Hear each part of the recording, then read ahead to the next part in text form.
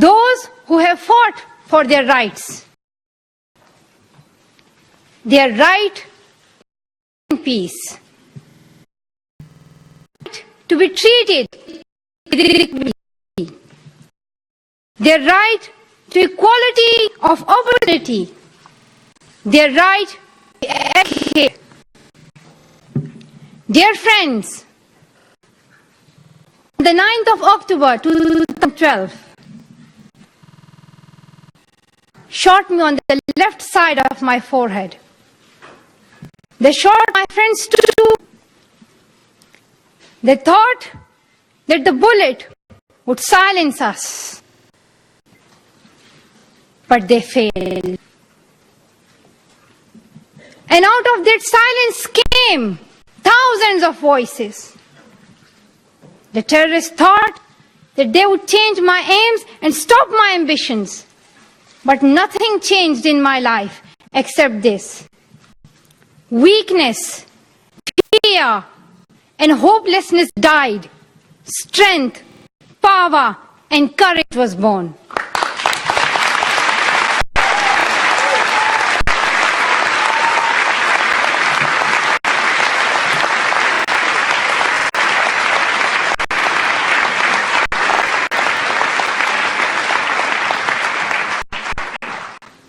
I am the same Malala. My ambitions are the same. My hopes are the same. And my dreams are the same. Dear sisters and brothers, I'm not against anyone. Neither am I here to speak in terms of personal revenge against the Taliban or any other terrorist group. I'm here to speak up for the right of education of every child.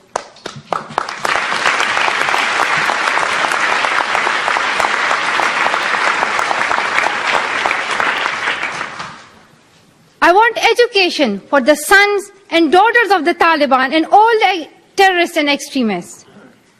I do not even hate the Talib who shot me.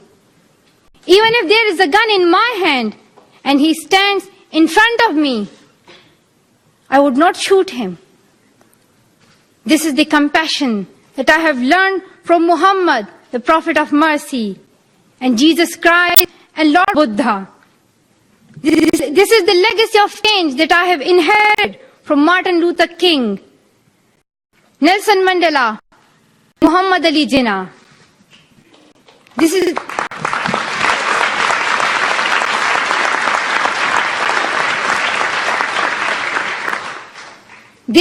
the philosophy of non-violence that I have learned from Gandhiji, Bacha Khan, and Mother Teresa. And this is the forgiveness that I have learned from my father and from my mother. And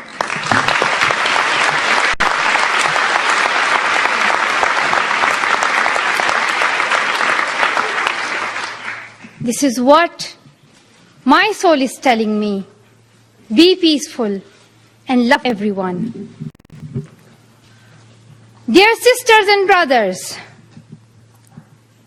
we realize the importance of light when we see darkness.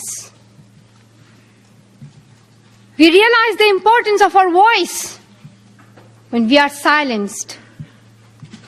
In the same way, when we were in Swat, the north of Pakistan, we realized the importance of pens and books when we saw the guns. The wise saying, the pen is mightier than sword, was true. The extremists were and they are afraid of books and pens. The power of education frightens them. They are afraid of women. The power of the voice of women frightens them. And that is why they killed 14 innocent students in the recent attack in Quetta. And that is why they killed female teachers and polio workers in Khyber Pakhtunkhwa. That is why they are blasting schools every day. Because they were and they are afraid of change, afraid of equality that we will bring into our society.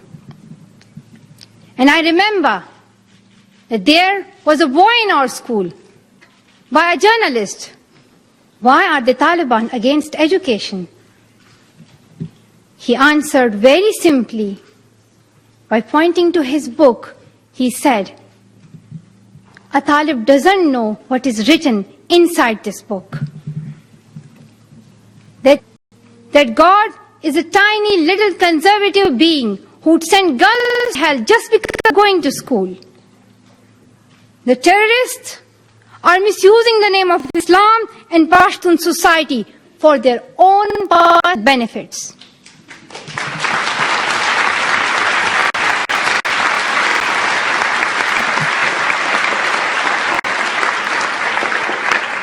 Pakistan is a peace-loving democratic country. Pashtuns want education for their daughters and sons. And Islam is a religion of peace, humanity, and brotherhood. Islam says each child's right to get education, rather it's their duty and responsibility. Honorable Secretary General, peace is necessary for education. In many parts of the world, especially Pakistan and Afghanistan, terrorism, wars, and conflicts stop children to go to their schools. Really tired of these wars. Women and children are suffering in many ways in many parts of the world. In India, innocent and poor children are victims of child labor. Many schools have been destroyed in Nigeria. People in Afghanistan have been affected by the hurdles of extremism for decades. Young girls have to do domestic child labor and are forced to get married at early age. Poverty, ignorance, injustice, racism, and the deprivation of basic rights are the main problem faced by both men and women. Dear fellows, today I'm focusing on women's rights and girls' education because they are suffering the most. There was a time when women social activists asked men to stand up for their rights, but this time we will do it by ourselves.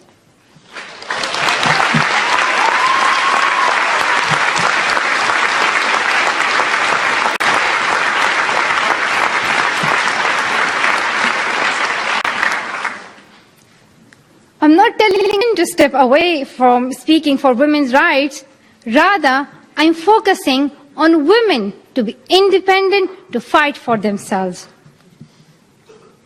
So, dear sisters and brothers, now it's time to speak up. So today, we call upon the world leaders to change their strategic policies in favor of peace and prosperity. We call upon the world leaders that all the peace deals must protect women's and children's rights. A deal against the rights of women is unacceptable.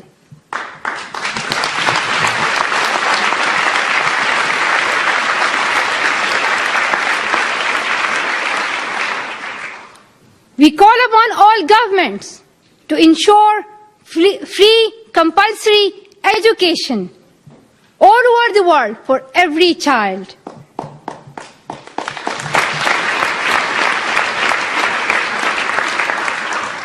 We call upon all the governments to fight against terrorism and violence, to protect children from brutality and harm. We call upon the developed nations to support the expansion of educational opportunities for girls in the developing world. We call upon all the communities to be tolerant,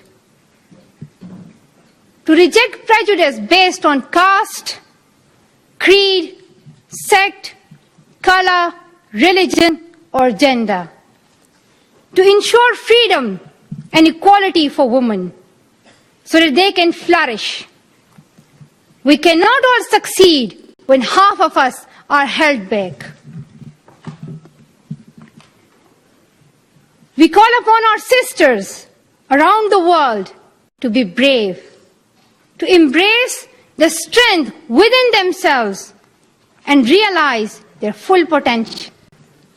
Dear brothers and sisters, we want schools and education for every child's bright future. We will continue our journey to our destination of peace and education. No one can stop us. We will speak up for our rights and we will bring change through our voice. We believe in the power and strength of our words. This can change the whole world because we are all together, united for the cause of education. And if we want to achieve our goal, then let us empower ourselves with the weapon of knowledge. And let us shield ourselves with unity and togetherness. Dear brothers and sisters, we must not forget that millions of people are suffering from poverty, injustice, and ignorance. We must not forget that millions of children are out of their schools. We must not forget that our sisters and brothers are waiting for a bright, peaceful future. So let us wage a global struggle against illiteracy, poverty, and terrorism. Let us pick up our books and our pens. They are our most powerful weapons. One child, one teacher, one book, and one pen can change the world. Education is the only solution. Education first.